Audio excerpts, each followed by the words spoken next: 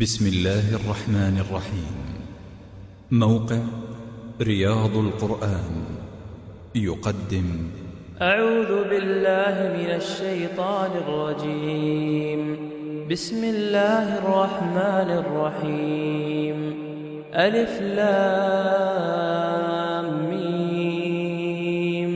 تلك آيات الكتاب الحكيم، هدى ورحمة للمحسنين الذين يقيمون الصلاة ويؤتون الزكاة وهم بالآخرة هم يوقنون.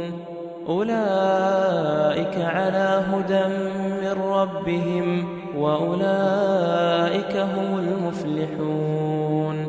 ومن الناس من يشتري لهو الحديث ليضل عن سبيل الله بغير علم ويتخذها هزوا، أولئك لهم عذاب مهين. وإذا تتلى عليه آياتنا ولى مستكبرا كأن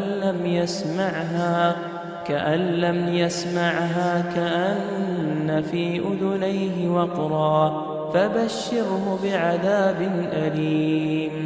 إن الذين آمنوا وعملوا الصالحات لهم جنات النعيم خالدين فيها، وعد الله حقا وهو العزيز الحكيم. خلق السماوات بغير عمد ترونها وألقى في الأرض رواسي أن تميد بكم وبث فيها من كل دابة، وأنزلنا من السماء ماء فأنبتنا فيها من كل زوج كريم.